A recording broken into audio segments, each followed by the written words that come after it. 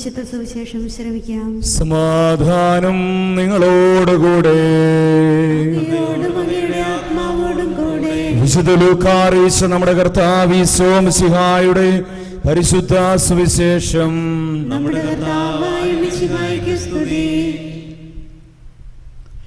അധ്യായം 14 വാക്യങ്ങൾ 25 മുതൽ. വലിയ ജനക്കൂട്ടങ്ങൾ അവന്റെ അടുത്ത് വന്നു. അവൻ തിരിഞ്ഞ് അവരോട് പറഞ്ഞു, സ്വന്തം പിതാവിനെയും മാതാവിനെയും ഭാര്യയെയും മക്കളെയും സഹോദരന്മാരെയും സഹോദരിമാരെയും എന്നല്ല, സ്വജീവനെ തന്നെ വെറുക്കാതെ എൻ്റെ അടുത്ത് വരുന്ന ആർക്കും എൻ്റെ ശിഷ്യനായിരിക്കുവാൻ സാധിക്കുകയില്ല. സ്വന്തം കുരിശു വഹിക്കാതെ എൻ്റെ പിന്നാലെ വരുന്നവന് എൻ്റെ ശിഷ്യനായിരിക്കുവാൻ കഴിയുകയില്ല.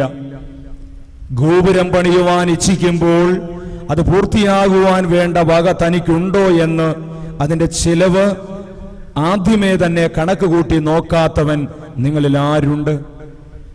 അങ്ങനെ ചെയ്യുന്നില്ലെങ്കിൽ അടിത്തറ കെട്ടിക്കഴിഞ്ഞ് പണി മുഴുവനാക്കുവാൻ കഴിയാതെ വരുമ്പോൾ കാണുന്നവരെല്ലാം അവനെ ആക്ഷേപിക്കും. അവർ പറയും, ഈ മനുഷ്യൻ പണി ആരംഭിച്ചു, പക്ഷെ പൂർത്തിയാക്കുവാൻ കഴിഞ്ഞില്ല.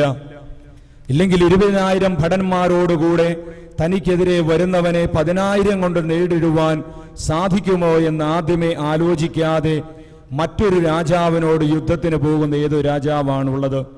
അത് സാധ്യമല്ലെങ്കിൽ അവൻ ദൂരത്തായിരിക്കുമ്പോൾ തന്നെ ദൂതന്മാരെ അയച്ച് സമാധാനത്തിന് അപേക്ഷിക്കും.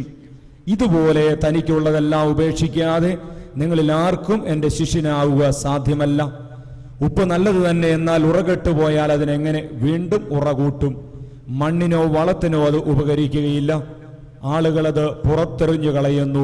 കേൾക്കുവാൻ ചെവിയുള്ളവൻ കേൾക്കട്ടെ.